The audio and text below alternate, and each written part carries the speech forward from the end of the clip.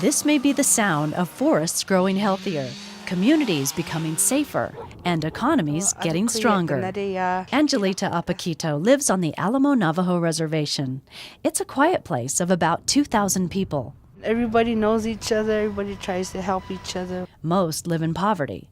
Gearing up to change that are foresters slicing into opportunity where there are too many trees and not enough jobs. We had some equipment, including wood splitters and a yarder, that we felt the Alamo Navajo community could use. Andrew Egan, the New Mexico director with the Southwest Ecological Restoration Institutes, says it takes a trained workforce to thin, crowded, fire-prone forests. We now have people here who are trained in felling, trained in primary processing. They're also trained in restoration monitoring. Well, it helps me because this job is real close to our home on the reservation. Homes in this thick pinyon juniper forest south of Albuquerque are considered some of the most at risk for fire. But now the wood from these little trees that nobody wanted could be showing up all over the world in products such as firewood and wood flooring. Our biggest market is in West Texas, but we've shipped some to Chicago. We've shipped stuff to North Carolina.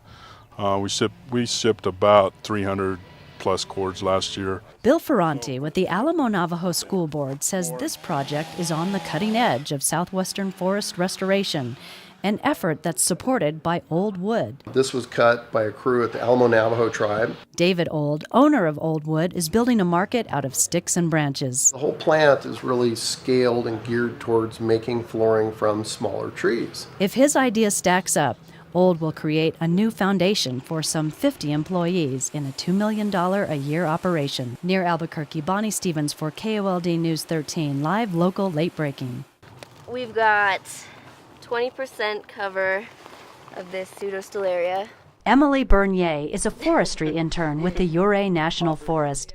This college student is planning to be a surgeon one day, but for now, instead of treating sick people, she's part of a large-scale effort to heal a sick forest. We're seeing forest health issues in almost every species. The stands have all become really dense over time because of excluding fire in these landscapes. Lots of young trees competing with each other for nutrients add up to millions of acres at risk. Here on the Colorado Uncompahgre Plateau and across much of the West, unnaturally dense forests are vulnerable to catastrophic fire and bark beetle infestation. In western Colorado, scientists, educators, and community members are looking for signs of what the forest looked like before pioneers arrived. Signs like fire scars and old stumps. The idea on the Uncompahgre project, like many of the restoration projects throughout the West, is to first determine what the natural conditions were. What was the carrying capacity of the land? What's the natural tree densities and patterns? How much understory production was there? Northern Arizona University Regents Professor Dr. Wally Covington is part of the Southwestern Ecological Restoration Institutes. Covington and others are striving for resilient forests that resemble a more natural forest structure. When I was 14 years old, it was more open. It's almost oppressive how closed much of the plateau is these days. So our top problem in some ways is that we've lost something that's not quite the forest, it's the meadows that are a key part of the forest ecosystem. But to remove the excess small diameter trees, the wood products industry has to figure out how to make the process cost effective. Eric Sorensen operates the Delta Timber Company.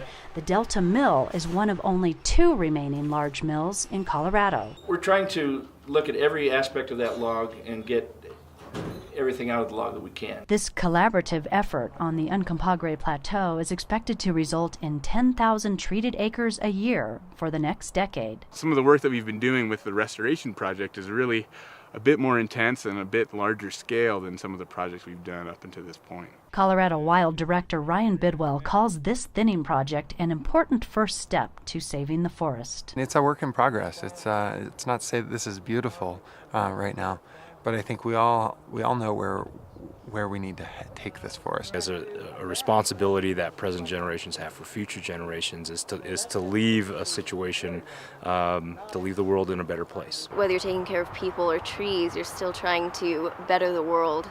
Near Montrose, Colorado, Bonnie Stevens with the Ecological Restoration Institute for Inside NAU. She's mastering an invisible art.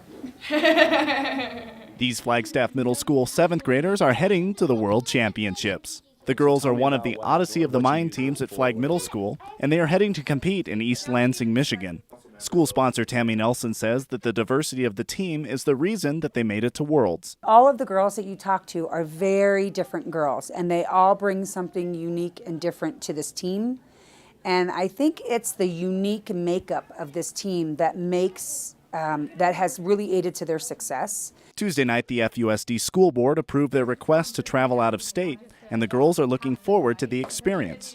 One of the coolest things I think will be meeting people from other countries and the pin trading so I can get souvenirs from other countries. It's going to be so much fun to meet other people from around the world and know that, you know, you're not just in Arizona, it's actually a whole world you're competing against.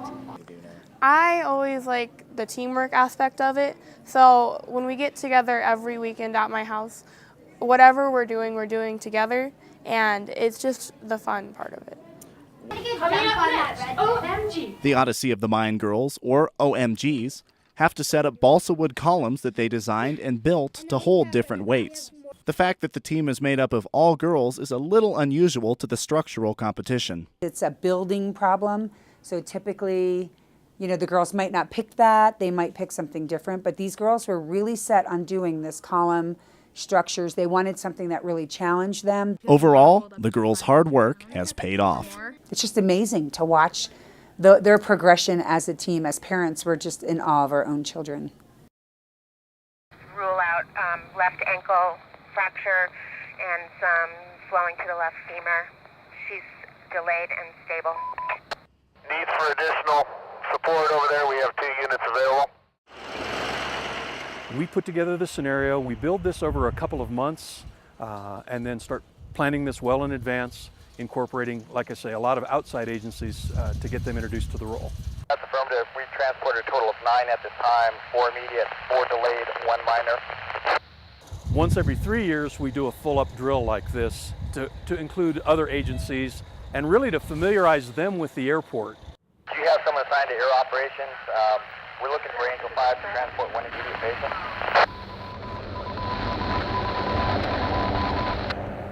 We okay to move PD in for crime scene and taping the scene off?